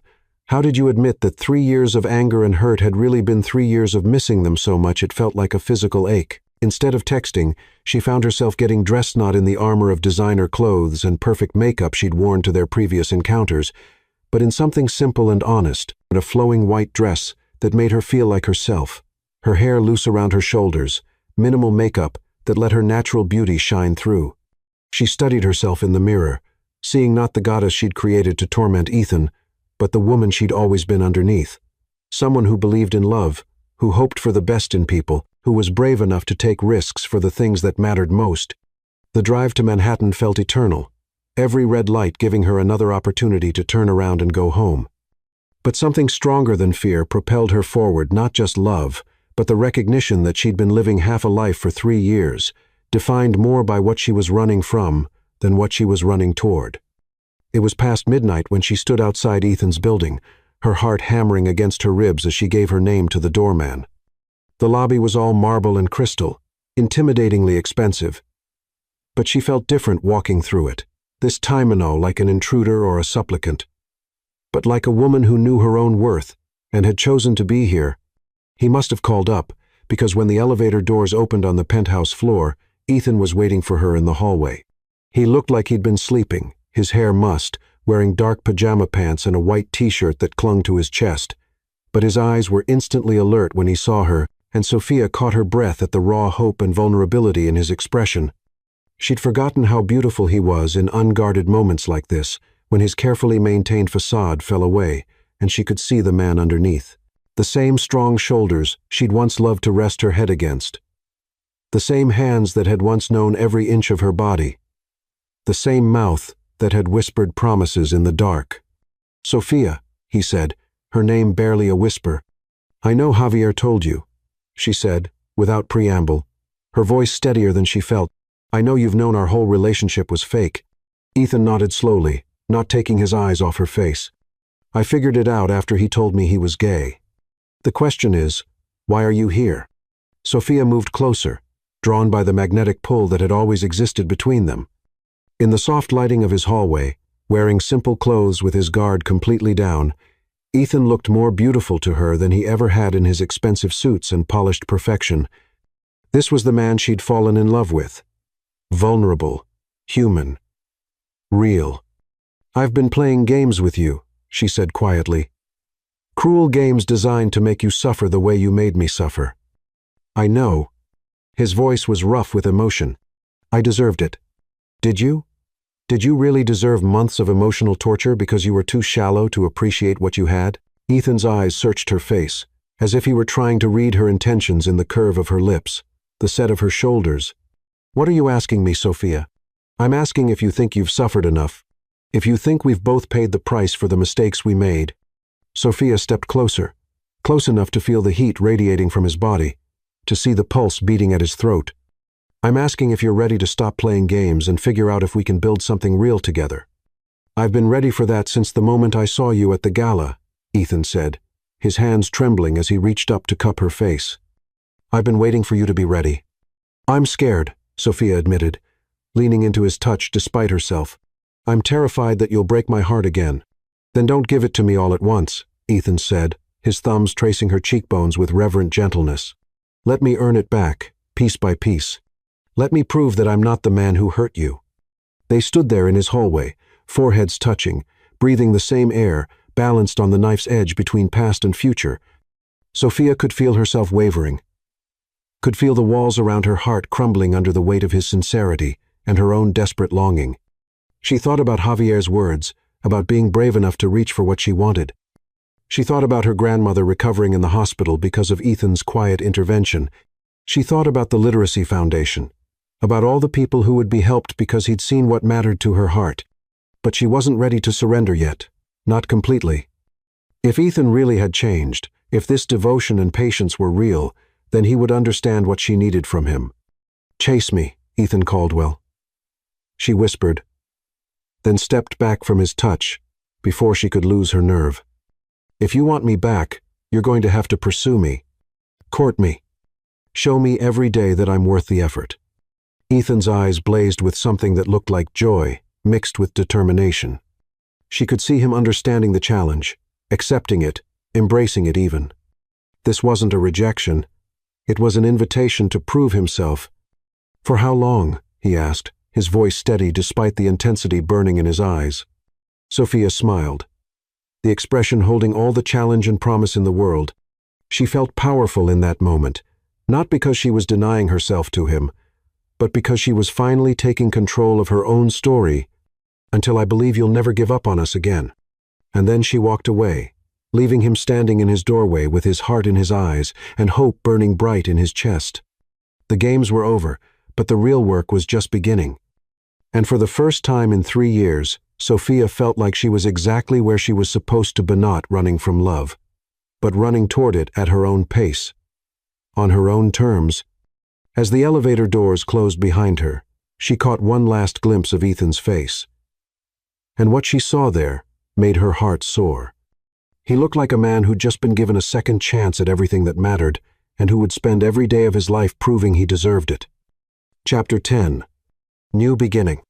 The first letter arrived the morning after Sophia's midnight visit, slipped under her apartment door while she slept. Her name was written across the envelope in Ethan's distinctive handwriting, and inside was a single page covered in his careful script. My dearest Sophia, day 1 of proving myself worthy of your love. I woke up this morning with your words echoing in my heart. Chase me. I accept the challenge, not because I see it as a game to be won, but because you are worth every effort, every gesture, every day of devotion I can give you. I love you. I love your strength, your compassion, your brilliant mind. I love the way you light up when you talk about your students, the way you hum unconsciously when you're happy, the way you bite your lower lip when you're thinking hard about something important. I love who you've become, but I also love who you've always been, the woman I was too blind and selfish to appreciate when I had the privilege of calling you mine. Forever yours, Ethan. P.S. Check your front step. Sophia opened her door to find a single white rose lying on her doormat. No elaborate arrangement or expensive vase, just one perfect bloom wrapped in simple brown paper. It was the first of many. Every morning for the next month brought a new letter and a single white rose. Ethan's letters chronicled his days, his thoughts, his growing understanding of what real love meant. He wrote about the books he was reading, poetry and literature he'd never bothered with before trying to understand the world through her eyes. He wrote about volunteering at other literacy centers throughout the city, how teaching adults to read had become a passion rather than just a way to impress her. He wrote about his therapy sessions, his efforts to understand the shallow, insecure man he'd been and become someone worthy of a second chance. He wrote about his dreams, not business ambitions or financial goals, but dreams of quiet Sunday mornings with her, of growing old together, of building a life based on mutual respect and genuine partnership. Sophia found herself looking forward to these letters more than she wanted to admit. They revealed a depth to Ethan she'd never known existed, a vulnerability he'd never shown during their marriage. This wasn't the polished, successful businessman trying to win her back with grand gestures. This was a man laying his soul bare, offering her his authentic self without pretense or protection. The roses found their way into every room of her apartment. She couldn't bring herself to throw them away, and soon her home looked like a garden of hope and possibility. 3 weeks into Ethan's campaign, Sophia was leaving the community center after a particularly long evening teaching session when she spotted him across the street. He was sitting on a bench, not watching her or trying to approach, just there, present. When their eyes met, he lifted his hand in a small wave, and she felt her heart flutter in response. The next day, he was there again. And the next, always respectful, never invasive, but constant as sunrise. A reminder that he wasn't giving up, that she was worth waiting for.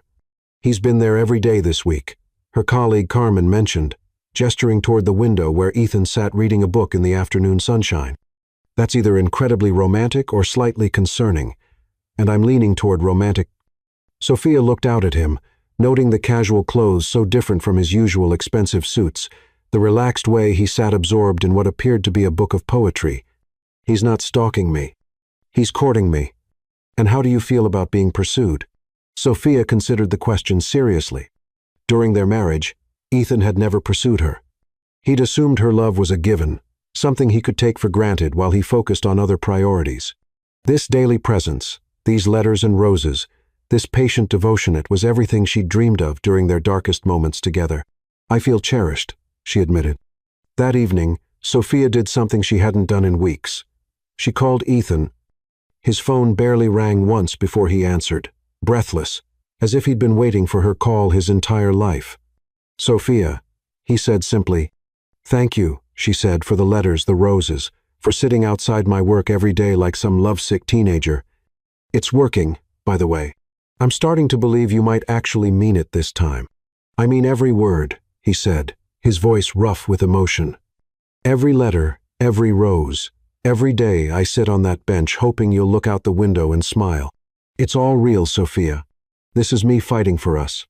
I know, she whispered. I'm starting to know. The breakthrough came 6 weeks after her midnight challenge, at the Brooklyn Community Center's annual fundraising gala, an event Sophia had been planning for months. She'd thrown herself into the work, determined to make it a success despite her emotional turmoil. The evening was everything she'd hoped for, and more. The center's main hall had been transformed with twinkling lights and flowing fabric. books incorporated into the decorations as if knowledge itself was being celebrated. Local authors read excerpts from their work. Literacy students shared their success stories. And the community came together to support something that truly mattered. Sophia moved through the crowd in a stunning midnight blue gown, accepting congratulations on the event's success, but part of her attention was always scanning the room. She hadn't invited Ethan, but she knew he'd purchased a table, one of the largest sponsorships of the evening. That the Sophia Hart Literacy Foundation had contributed significantly to the fundraiser's success, though his name appeared nowhere in the program. She found him standing alone on the center's small balcony, looking out over the Brooklyn Bridge as it sparkled in the distance. He wore a perfectly tailored black tuxedo, but somehow he looked different, more relaxed, more genuine than she'd ever seen him at formal events. "Hiding from the party?" she asked, stepping out onto the balcony beside him. Ethan turned, and when he saw her, his breath caught audibly. "You look absolutely breathtaking," he said simply, without the practiced charm she remembered from their marriage. "But then, you always do." "Thank you for the sponsorships," she said.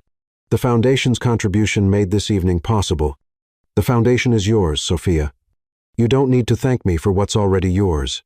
Ethan moved closer, close enough that she could smell his cologne mixed with the cool night air. "How are you feeling about tonight?" "About everything?" Sophia looked out over the city they both loved, the bridges and lights and endless possibilities stretching before them. "I feel like myself again," she said honestly. "For the first time in years, I feel like I know who I am and what I want to." "And what do you want to?" Sophia turned to face him fully, seeing all the love and hope and patient devotion in his brown eyes.